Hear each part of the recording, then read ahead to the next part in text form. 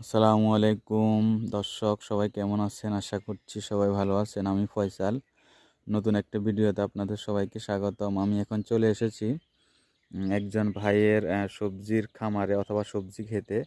তো আমি এখন আপনাদেরকে দেখাবো ভাইয়ের কাছে কি কি আছে। তো আমি স্ক্রিনে দেখতে পাচ্ছি যে ভাইয়ের কাছে বেগুন আছে, কদু আছে, কুমড়া আছে, হ্যাঁ, তারপরে মরিচ আছে, লাল শাকের ওই যে বিচির জন্য লাল শাক আছে, পালং শাক করছিল স্ক্রিন দেখতে পাচ্ছি, তারপর ধনিয়া আছে, হ্যাঁ, আর অনেক সবজি আছে। সালামু আলাইকুম। ওয়ালাইকুম সালাম। ভালো আছেন ভাই? আলহামদুলিল্লাহ। ভাই আপনার নাম? আমার নাম আব্দুল্লাহ আল মামুন। আব্দুল্লাহ আল মামুন। আপনি এমনিতে কি করেন? মানে সবজি তো করছেন দেখতে পাচ্ছি, কিন্তু আপনি এমনিতে কি করেন?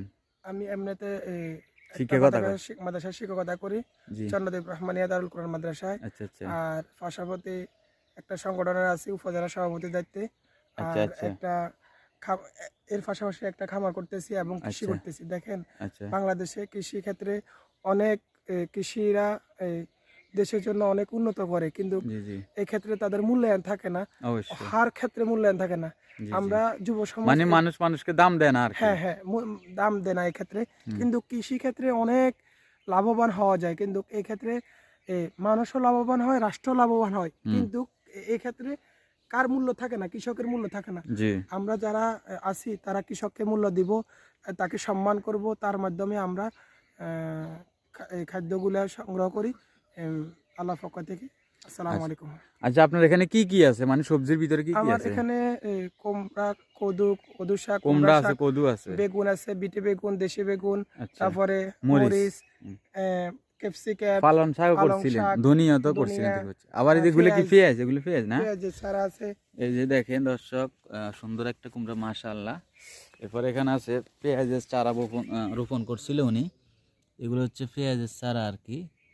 এগুলো হচ্ছে মানে ছোট তো এখনো, মানে ওই রকম ভাবে বোঝা যাচ্ছে না জিনিসটা। এরপর এখানে ধনিয়া করছিল।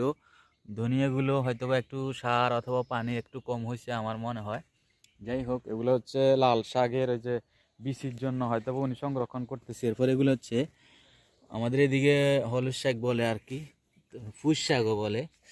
এই যে এগুলো হচ্ছে বেগুন গাছ। এরপরে মরিচ আছে, আপনার স্ক্রিনে দেখতে পাচ্ছেন, এই যে মরিচ, ঠিক আছে। ভাই এগুলা কি? এগুলো এই যেগুলো এগুলা কোন জায়গায় বটবটি বলে, কোন জায়গায় লাসে বলে। আমাদের এদিকে লাসে বলে। লাশ ওই বলে, বটবডি বলে না? ও, আচ্ছা আচ্ছা।